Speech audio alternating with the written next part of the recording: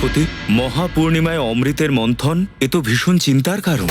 হ্যাঁ সূর্যদেব, এই বিশেষ মহাপূর্ণিমায় অমৃতের তীব্র বলয় হয়ে চন্দ্রলোক অসঞ্চালিত হতে পারে। অসুরেরা এইরকম পরিস্থিতিতেই প্রখর দৃষ্টি দিয়ে অপেক্ষা করেন। তাহলে আমাদের চন্দ্রলোকের সুরক্ষার জন্য তো ব্যবস্থা করতে হবে।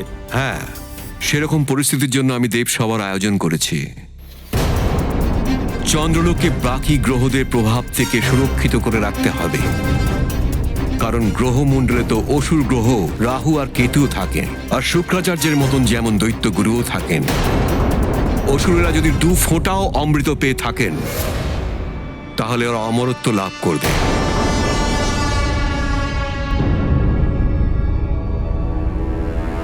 এটাই হলো শেষ সুযোগ, চন্দ্রলোকের ভারসাম্যহীনতার লাভ তোমাকে এবং সমগ্র অসুরকুলকেই তুলতে হবে।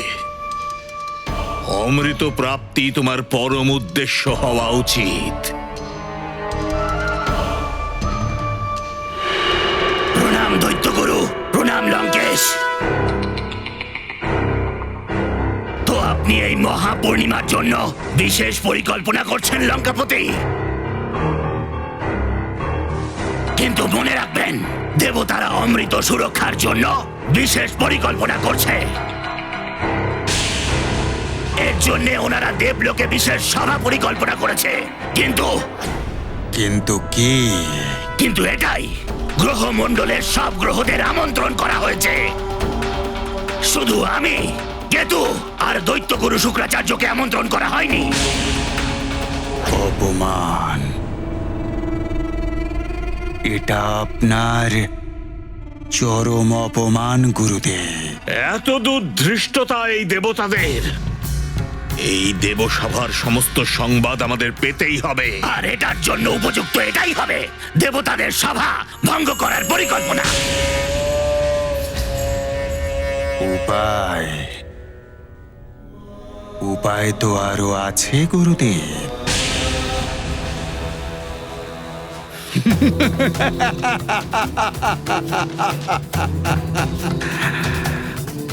আমি ভালো করে জানি আমার কি করা উচিত আর কি করতে হবে।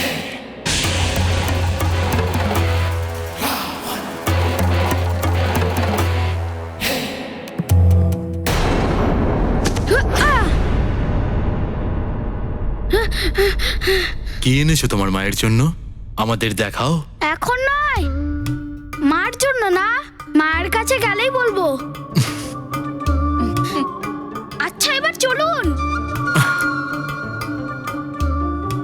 আপনি হাঁটতে থাকুন, আমি আসছি।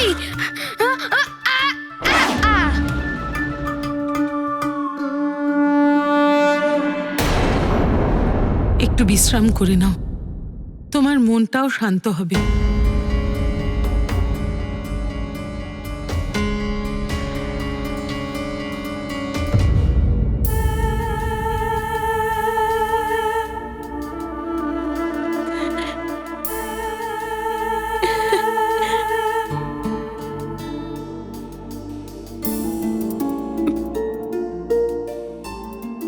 হনুমান,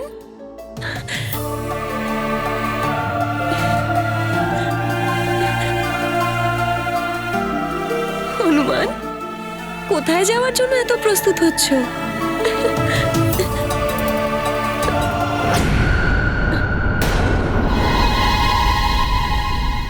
হনুমান, হনুমান, হনুমান! অঞ্জনা, হনুমান নেই এখানে। হে প্রভু, অঞ্জনা আবার উন্মাদ হয়ে যাবে না তো? আপনি এখন ভরসা প্রভু। কে জানে আমাদের সুখে কার কুনজর লেগেছে।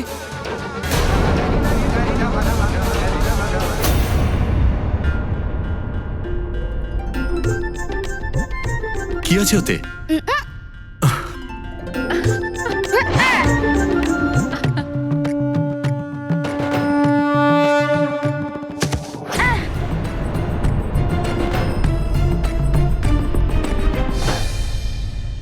বৈদ্যরাজ মহাশয়, আপনার এই ঝোলা তো বড়ই অদ্ভুত দেখছি। যতই রাখি না কেন কিছুতেই ভরছে না। আগে বলো কি আছে ওতে? এসব তো আপনি সুমেরু গেলেই জানতে পারবেন। আর এমনিতে কত সময় লাগবে আর? পৃথিবীর পথে যদি যায় তাহলে কয়েকদিন লাগবে, আর তোমার মতো যদি উড়ে যায় তো মুহূর্তেই পৌঁছে যাব।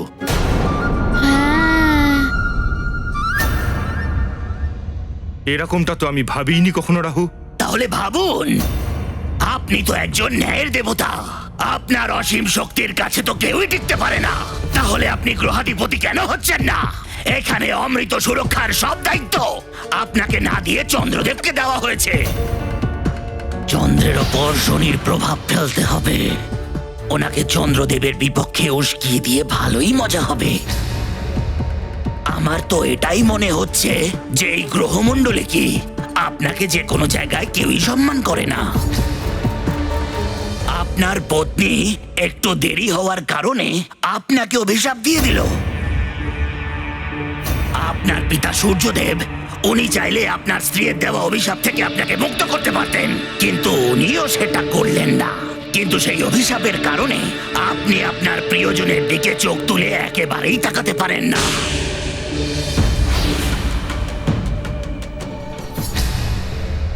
রাহু, তুমি আমাকে বিপথে চালানোর চেষ্টা করো না। আমার কর্ম আমি ভালো মতন জানি। রাবণকে গিয়ে তুমি বলে দাও যে ত্রিদেব আমাকে যে দায়িত্ব দিয়েছেন তা পালন করার থেকে কেউ আমাকে আটকাতে পারবে না। আমার পথ থেকে কেউ আমাকে বিপদগামী করতে পারবে না। মনে হচ্ছে এত কিছু করেও কোনো লাভ হলো না। উনি আবার ক্রোধিত হয়ে আমার উপরে কুদৃষ্টি না দিয়ে দেন। এবার চন্দ্রদেবকে বিভ্রান্ত করার সময় এসে গেছে।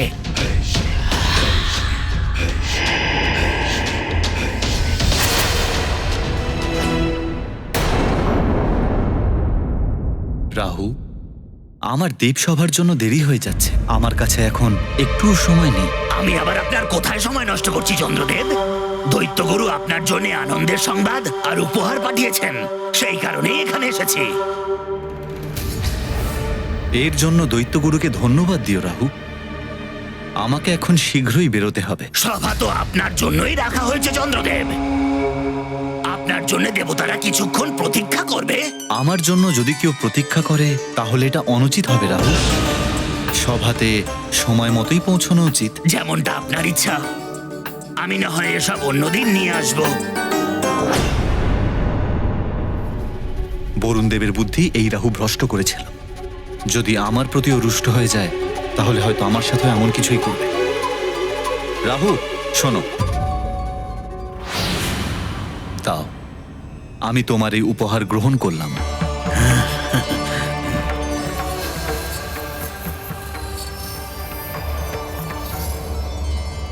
এই উপহারগুলো থেকে আবরণটা সরান দেবী।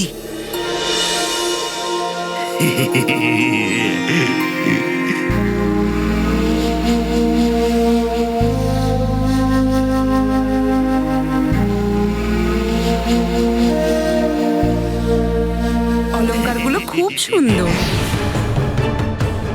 আমার দেরি হয়ে যাচ্ছে। সবাই আমার জন্য প্রতীক্ষা করছে। চন্দ্রদেব, তোমাকে বিলম্ব করাটাই তো আমার উদ্দেশ্য ছিল। আচ্ছা, তাহলে বরং একটা কাজ করি। যেরকম সুমেরু থেকে অযোধ্যা পর্যন্ত আপনি আপনার কাঁধের উপর আমাকে নিয়ে এসেছিলেন, আর এইবার অযোধ্যা থেকে সুমেরু পর্যন্ত আমি আপনাদের দুজনকে আমার কাঁধে বসিয়ে আমার রাজ্য সুমেরুতে নিয়ে যাই। তার জন্য কাঁধে বসার কি প্রয়োজন? আমরা নিজেরাও উঠতে পারি। আচ্ছা, আপনারা উঠতে পারেন? আচ্ছা, তাহলে চলুন।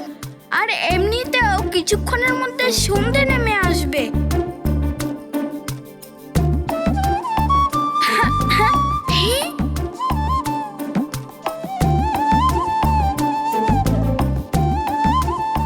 চলুন। হ্যাঁ,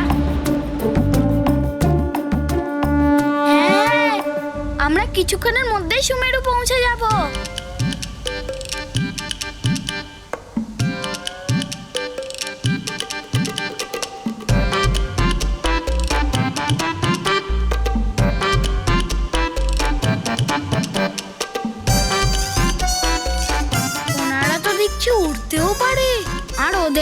অদ্ভুত ঝোলা।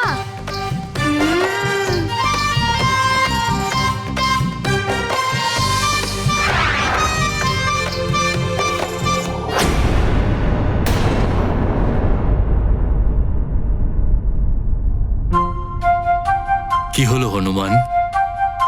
আমাদের শীঘ্রই পৌঁছতে হবে, থামলে কেন?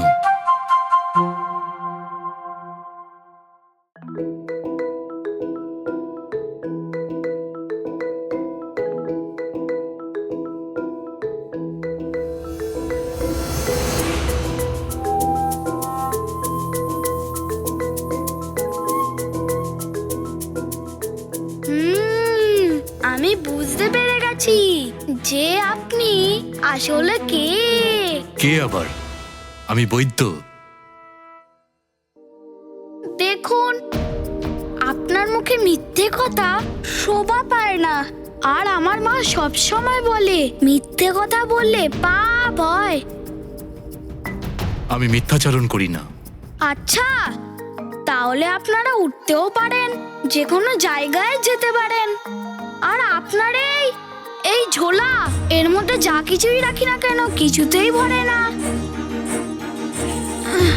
যদি এর মধ্যে সমগ্র সৃষ্টিকে রাখা হয়, যেমন আমার ভোলে বাবার চরণে সমস্ত সৃষ্টির বিরাজমান,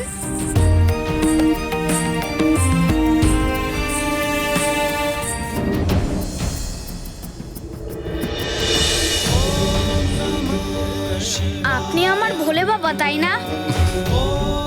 আর আপনি তো পার্বতী মাতা, তাই না? বলুন না।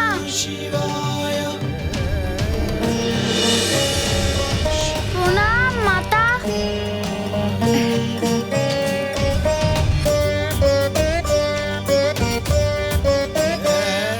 ভক্তের হৃদয় থেকে আপনি নিজেকে কিভাবে লোকাবেন ভগবান? তিনি মহাদেবী হোক বা নারায়ণ, হনুমান, তুমি একদম ঠিক চিনেছ। ইনি তোমার ভোলে বাবা।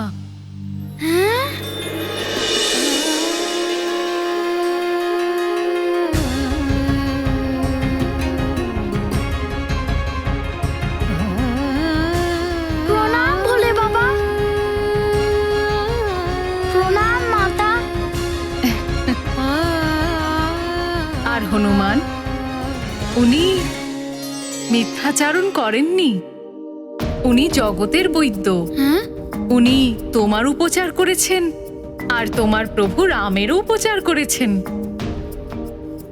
হনুমান, তোমায় যে উদ্দেশ্যে নিয়ে যাওয়া হয়েছিল তা পূর্ণ হয়েছে।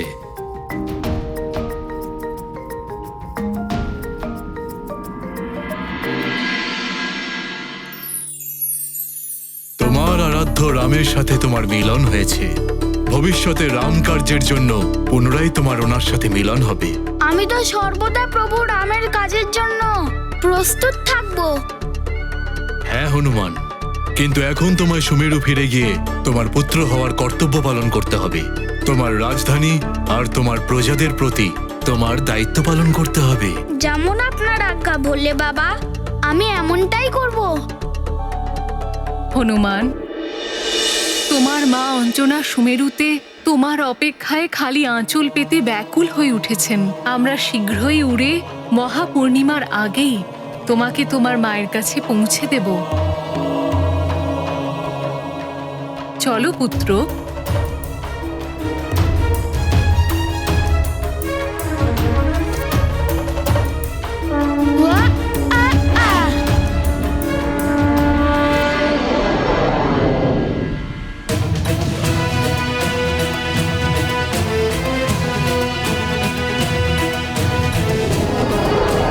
ওই যে আমার সুমেরু রাজ্য। এবার খুব শীঘ্রই আমার সাথে আমার মায়ের দেখা হবে।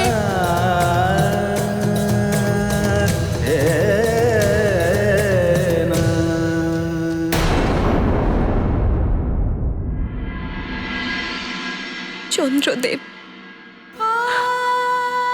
আপনি আমার হৃদয়ের কষ্টকে অনুভব করে আমাকে আমার হনুমানের দর্শন করিয়েছিলেন।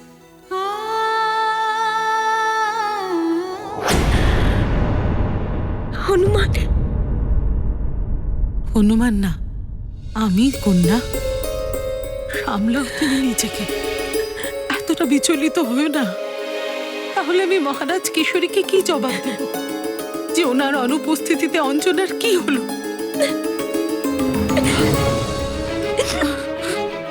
কি করে বোঝাবো আমি নিজেকে মা? প্রত্যেকটা মুহূর্তে আমার হৃদয় অনুভব করছে আমার হনুমান আমার কাছে আসছে। সব সময় ওর ডাক শুনতে পাচ্ছি যেন আমি।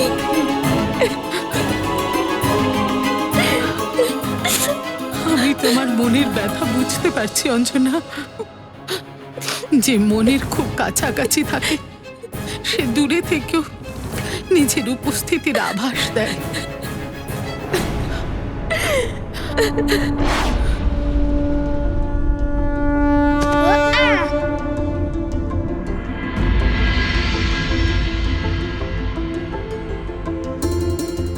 আমরা সুমেরু পৌঁছে গেছি দেবী।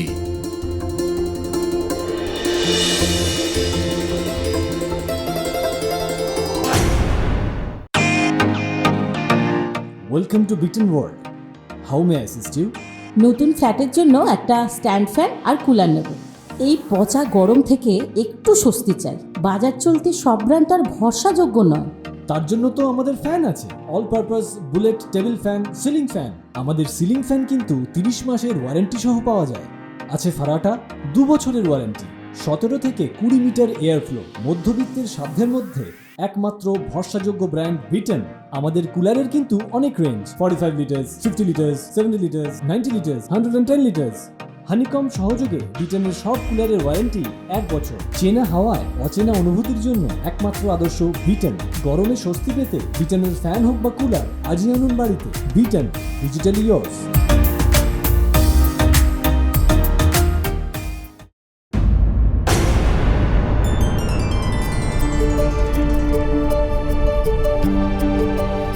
মা, যে যাই বলুক, আমার মন বলছে আমার হনুমান আমার কাছে আসছে। অঞ্জনা, মহারাজ কিশোরী পম্পাপুরের জ্যোতিষীদের কাছে গেছেন। উনি হনুমানকে আনার নিশ্চয়ই কোনো না কোনো পথ বের করবেন। মহারানী, এটাও হতে পারে যে আপনার প্রার্থনায় খুশি হয়ে ভগবান সোমেশ্বর স্বয়ং কোনো চমৎকার করতে চলেছেন।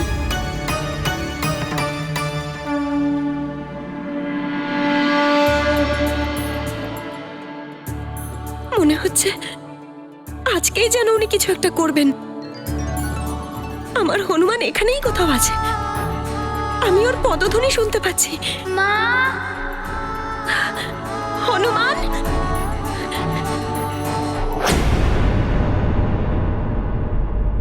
এটা আবার আমার মনের ভুল নয় তো? এটা তোমার মনের ভুলই অঞ্জনা। হনুমান তো বৈদ্যরাজের সঙ্গে কোথায় আছে কে জানে।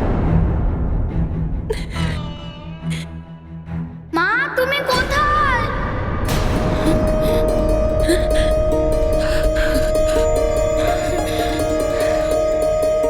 এটা কি কোনো দিবা স্বপ্ন নাকি সত্যি?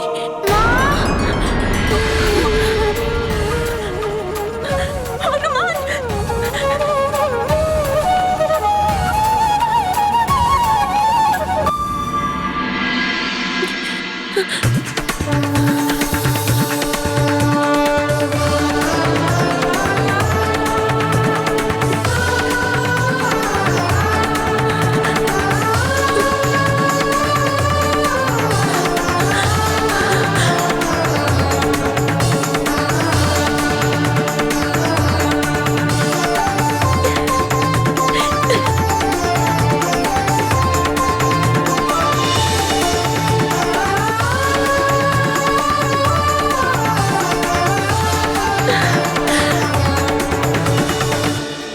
माता को मिल गए हनुमन, आंजनेय प्रिय शंकर सुवन। दान महाप्रतिदान का खेल, श्रद्धा और ममता का मेल। राममयी हनुमान हर्षित है सुमेरु का कण कण, महादेव का महाप्रसाद, हरता माँ का सकल विषाद। ये गाथा महाबली हनुमत की, रुचिकर लीला राम भगत की। जय जय जय रघुनंदन राम, जय जय जय महाबली हनुमान। হনুমান, আমার মানিক, আমি বলছিলাম তোমার দিদিমাকে আমার হনুমান এসে গেছে। আর দেখো, ভগবান সোমেশ্বর তোমাকে ঠিক পাঠিয়ে দিলেন। ধন্যবাদ গৌরীর গাভী।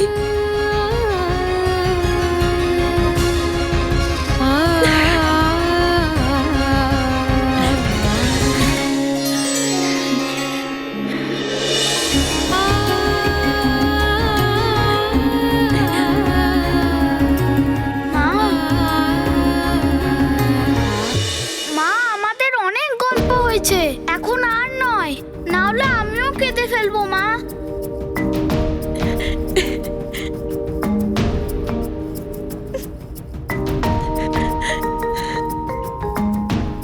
আমার তো এখনো নিজের দৃষ্টিকে বিশ্বাস হচ্ছে না।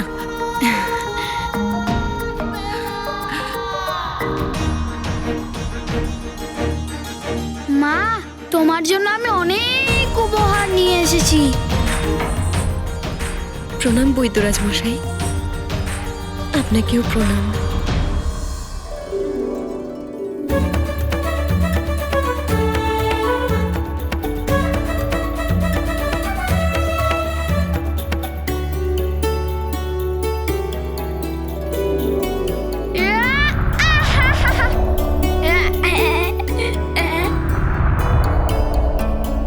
মা, তুমি কি এটা জানো?